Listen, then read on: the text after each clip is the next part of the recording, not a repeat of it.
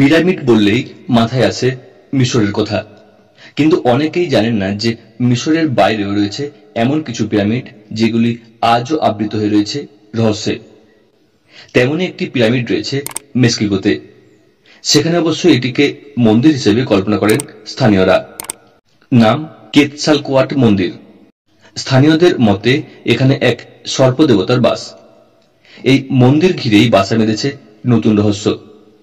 প্রত্নতাত্ত্বিকদের মতে এই স্তূপকে ঘিরে প্রায় 2000 বছর আগে গড়ে উঠেছিল তায়োহুয়াকান নামে এক শহর।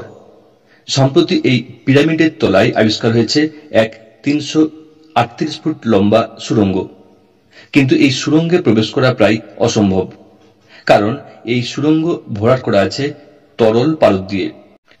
প্রসঙ্গত, তরল অবস্থায় পারদ মারাত্মক বিষাক্ত ও প্রাণঘাতী, তাই সুড়ঙ্গের অপর প্রান্তে কি আছে তা নিশ্চিতভাবে বলা অসম্ভব। মেক্সিকোর এক গবেষক সার্জিও গোমেজের দাবি, এই সুড়ঙ্গের অপর প্রান্তে রয়েছে এক অজানা সভ্যতার হদিস। তার দাবি, এই পিরামিড যারা নির্মাণ করেন তারা প্রযুক্তির দিক থেকে অনেক উন্নত এবং মেসো আমেরিকান সভ্যতার বাসিন্দা। তবে সার্জিওর দাবি মানতে নারাজ ইতিহাসবিদদের একটি বড় অংশ। তাদের দাবি, 2015 সালে প্রথমবার এই সুড়ঙ্গের কথা জানা যায়। সম্প্রতি সেই গবেষণা নেট মাধ্যমে ভাইরাল হয়েছে বলেই এত শোরগোল। তো প্রিয় দর্শকবৃন্দ, এই ধরনের অজানা বিভিন্ন তথ্য আগামীতে জানার জন্য অবশ্যই চ্যানেলের সঙ্গে থাকুন, চ্যানেলটিকে সাবস্ক্রাইব করার মাধ্যমে।